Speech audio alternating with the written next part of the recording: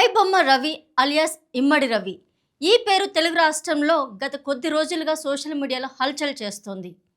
కొత్త సినిమాలను పైరసీ చేస్తూ సినిమా ఇండస్ట్రీకి మరియు మరీ ముఖ్యంగా టాలీవుడ్ ఇండస్ట్రీకి కంటి మీద కునుకు లేకుండా చేశాడు. టెక్నాలజీపై తనకున్న పట్టుతో 21,000 సినిమాలను పైరసీ చేసి దమ్ముంటే పట్టుకోండి అని పోలీసులకి సవాల్ చేశాడు. అయితే అనుకోని విధంగా పోలీసులకు చిక్కి ప్రస్తుతానికి రిమాండ్లో ఉన్నాడు. పోలీసుల విచారణలో అనేక విషయాలు బయటికి వచ్చాయి.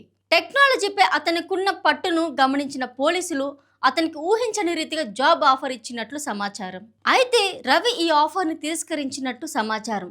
పోలీసుల విచారణలో భాగంగా నీ బొమ్మ క్లోజ్ అయింది, ఇంకా తర్వాత ఏంటి అని పోలీసులు ప్రశ్నించగా రవి నా బొమ్మ క్లోజ్ అయినా నా బ్రాండ్ను అంతర్జాతీయంగా మారుస్తానని పోలీసులతో సవాల్ చేశాడు. కరేబియన్ దీవుల్లో ఒక రెస్టారెంట్ పెడతాను, ఆ రెస్టారెంట్కి ఐబొమ్మ అని పేరు పెడతాను.